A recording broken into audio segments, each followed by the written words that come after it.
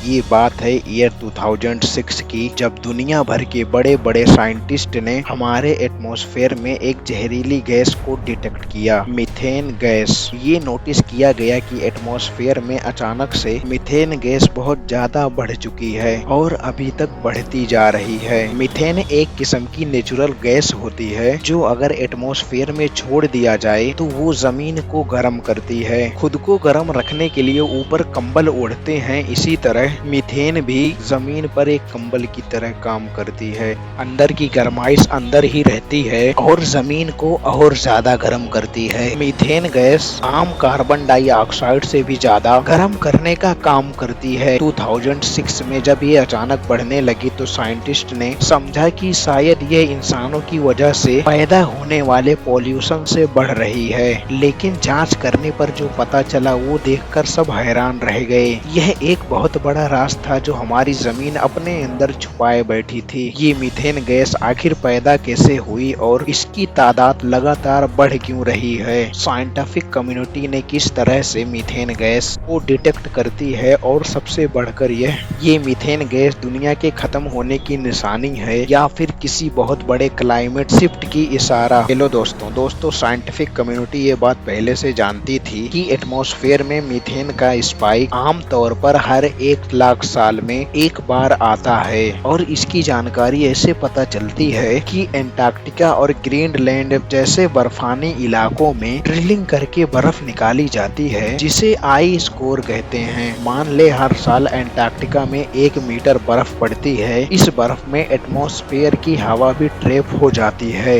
और फिर अगले साल उसके ऊपर एक नई बर्फ की लेयर आ जाती है। जब गहरी ड्रिलिंग करके आइस कोर निकाला जाता है तो वो अपने अंदर किसी टाइम मशीन की तरह हजारों लाखों साल एटमॉस्फेयर का रिकॉर्ड छुपाए बैठा होता है और फिर उसी से अंदाजा लगाया जाता है कि कौन सी सदी में एटमॉस्फेयर में कौन सी गैसें थी और कितनी तादाद में थी। इसी तरह से साइंटिफिक कम्युनिटी ने पता लगाया कि अर्थ की हिस्ट्री में हर 1 लाख सालों के बीच एक पॉइंट ऐसा आता है जब एटमॉस्फेयर में मीथेन गैस बहुत ज्यादा हो जाती है। ये इस बात की निशानी होती है कि आइस एज खत्म हो रही है और अब अर्थ दोबारा गर्म होना शुरू होगा। जब आइस एज खत्म होना शुरू होती है तो सिर्फ 20-30 सालों में ही काफी सारी बर्फ पिघलकर अर्थ की हालत ऐसी हो जाती है जैसे आज का मौसम है। पर यहाँ मसला ऐसा है कि मीथेन के ऐसे लेवल्स 12,000 साल पहले रिकॉर्ड हुए थे, जिसके बाद आइस एज खत्म होना शुरू हुई थी। तो अब इतनी जल्दी मीथेन एटमॉस्फेयर में फिर से क्यों बढ़ रही है? क्या हमारी जमीन किसी बड़े बदलाव की तरफ बढ़ रही है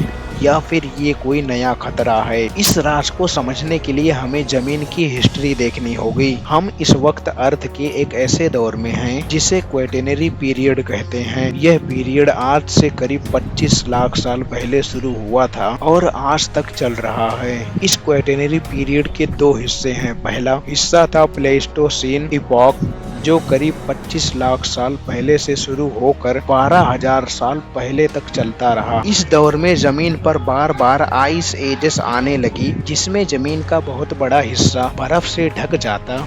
फिर हजारों सालों बाद जमीन पर बर्फ पिघलती और ज्यादातर जमीन खुश्क हो जाती। फिर बर्फ आती और ये साइकिल ऐसे ही चलता रहा। यही वो दौर था जिसमें इंसान भी आगे बढ़े और इसी दौर में बड़े बड़े जानवर जैसा कि मैमथ भी खत्म हो गए।